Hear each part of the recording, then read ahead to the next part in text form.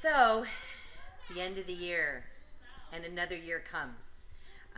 A lot of families ask me about holiday celebrations, and one in particular I get asked about a lot is New Year's or New Year's Eve. And that is a holiday that you need to be mindful of the parameters of that holiday and the expectations of that holiday. So, that holiday is great if you're hanging out at home and making it a family event and being mindful of your child's needs. But if you're going to go out, you have to be prepared for that also. Um, Typically, it's a very late night, and some of our kids get pretty cranky after 9:30 at night. And then if we keep them up very late, they're really cranky into the next day. So be prepared and look at your schedules. Also, if you're thinking about going out to dinner or anything like that, and you have a picky eater child, be prepared for that.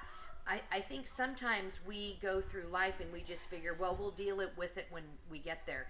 Typically, that is not the most effective method with our kiddos. And so, whenever I'm asked about these topics, I come up with the same themes because, from my experience and from the many parents and the many kiddos I've worked with, it's been the same idea of, I really need to think ahead of time about what might be difficult for my child so that that event can be pleasant for everybody. And it's really difficult on your typically developing kiddos if they're having to deal with all kinds of behavior because we didn't plan for what might happen. So, again, anything you go to, always make sure you have a very simple, easy way to escape. Even when I go to the movies, I actually like going to the movies these days because you can pick your seat. So I can be on an aisle and I can leave. And I don't have to disrupt everybody's time. So you may even, I've talked about this, have two parents, have one that's going to be the one that escapes and one that's going to be the one that stays for the rest of the kiddos, and you can flip off on that. I hear parents tell me all the time, my kiddo was having a meltdown.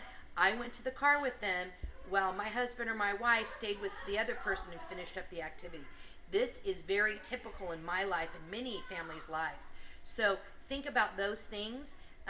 Sometimes we're going to different ceremonies that are outdoors, so we have to think about the weather. We have to think about how late it is. We have to think about our kids' schedule. So I would just be mindful of that when you think about New Year's and you think about any holiday activities that happen. How late is it? How much preparation do I need to do? What kind of food do I need to have?